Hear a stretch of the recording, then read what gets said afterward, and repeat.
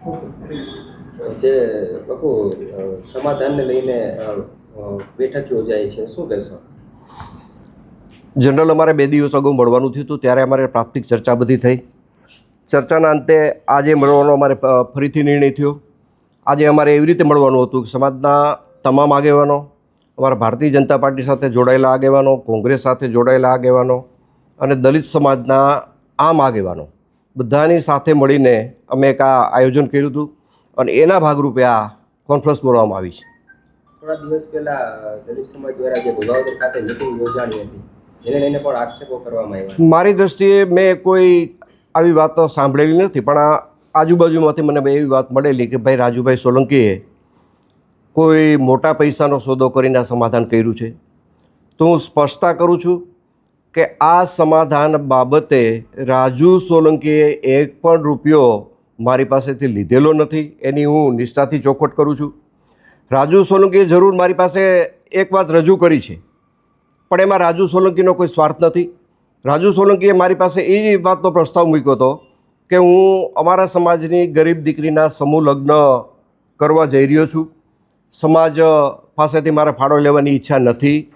તમે મને આ સમૂહ લગ્નમાં ભોજન સમારંભના ખર્ચમાં તમારે મને મદદ કરવાની છે અને આ ભોજન સમારંભ તમારે મને કરાવી દેવાનો છે. અને એમાં મેં રાજુને હા પાડેલી છે. બાકી રાજુએ કોઈ રોકડા પૈસાની વાત, કોઈ સમાધાન પેટે સોદાની વાત રાજુ સોલંકીએ મને ક્યારેય કરેલી નથી. રાજુ સોલંકીએ એક પણ પૈસાનો મારે વહીવટ થયેલો નથી.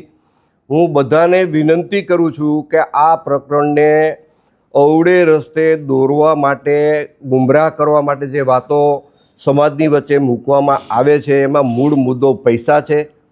પૈસાની આ સમાધાનની અંદર કોઈ વાત નથી આવી. પૈસાનો કોઈ સોદો નથી.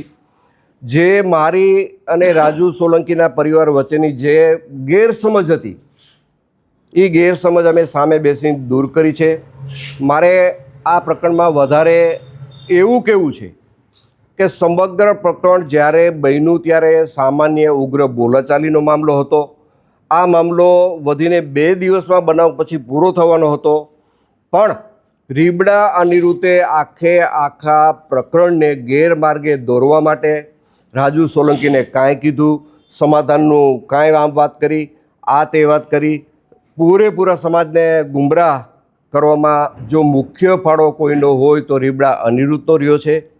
રાજુ સાથે બેઠા પછી મને ઘણી વાતની ખબર પડી કે આ પ્રકરણમાં રાજુ કંઈ દોષિત છે જ નહીં.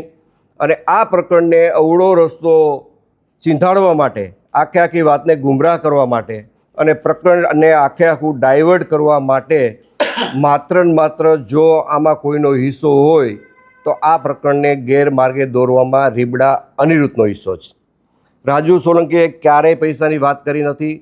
રાજુ સોલંકીના પુત્ર જે મારી બાજુમાં બેઠો છે, સંજય, એમને કોર્ટ સમક્ષ જે કાંઈ બનાવની હકીકત હતી એ હકીકત કોર્ટ સમક્ષ એને રજૂ કરી દીધી છે.